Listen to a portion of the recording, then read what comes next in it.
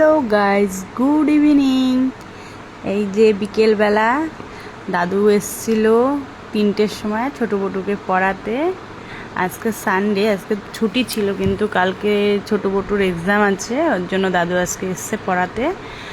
আর যেহেতু ওরা মামাবাড়ি গেছিলো, অনেক দিন ছুটিতে ছিল, পড়াশোনা অনেক দিন করেনি, তো এখন ফট করে আবার তারপরে এখানে এসে কলকাতায় আসার পরে আবার অনেক দিন ওদের শরীর খারাপটাও ছিল, ওই জন্য আবার এখানে এসেও প্রায় 1 সপ্তাহ 10 দিনের মতন পড়াশোনা করতে পারেনি।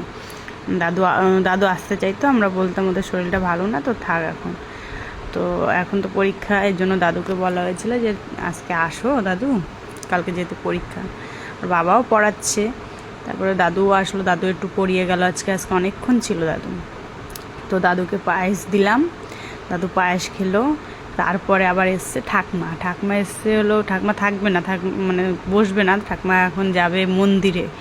ওই সন্ধেবেলা যায় না, বয়স্ক মানুষরা একটু মন্দিরে গিয়ে পুজো আশ্রয় ওই কীর্তন করে এরকম, বুঝলে। তো দাদু ঠাকমা দুজনই যায়, অনেক সময় ঠাকমাও যায় একা, আবার অনেক সময় একসাথেও দুজন যায়। তো আজকে হলো ঠাকমা একা একাই যাবে, তার জন্য ঘরের মানে তালা ফালা দিয়েছে, তাই দাদুকে চাবি দিতে এসছে, চাবি দিয়ে চলে গেছে। এদিকে আবার হলো বিকেল মানে ওই পায়েসটা খাওয়ার পরে দাদুকে দিয়েছিলাম এই যে চপ বানিয়েছি। চপ বলতে পেঁয়াজি টমেটোর চপ, আর সাথে একটুখানি মানে 2-3টে দেখে কি ধনেপাতা নিয়ে এসছে বাজারের ব্যাগের মধ্যে ঘটুর বাবা। তো ওই পাতাটার কোনো তরকারির মধ্যে অ্যাড করিনি, তার জন্য ছিল, ওটা থাকলে পচে যেতে পারে, শুকিয়ে যেতে পারে, ওর জন্য একটা চপের মতন বানিয়ে রেখেছি।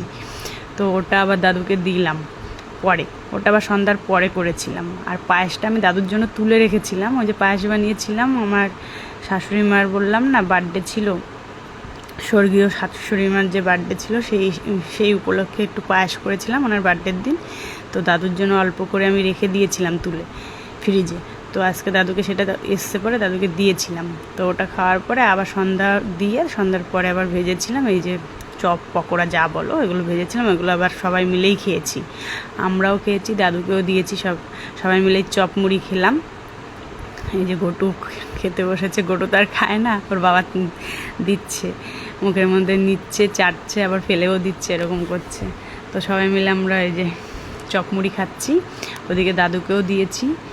আর এদিকে এই যে গরম, সবাই বানিয়েছি, তো বানিয়েই বসে পড়েছি। এই যে এই চপটা দেখলে হাসি পায়, এটাই ছিল সেই ধনেপাতাটা, ওর জন্য ওটা দাদুকে দিইনি। আর বানিয়েছিলাম এই যে পেঁয়াজি আর টমেটোর চপ।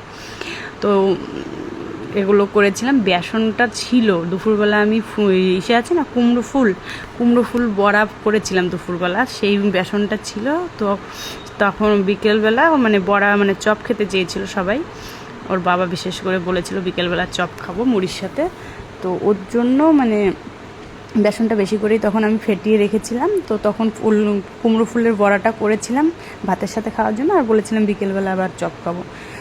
তো সেই হিসেব করেই ছিল, কিন্তু আর একটু আমার লাগতো, যাই হোক আর করিনি, ওইটুকুতেই হয়ে গেছে। এদিকে দাদুকে বললাম দাদু চা খাও, দাদু চা একদমই খায় না, একদমই পছন্দ করে না, দাদু বললো না চা খাবো না। তো যাই হোক দাদুকে অনেকবার বলেছি দাদু আমরা চা খাও তুমি একটু খাও, দাদু বলছে না।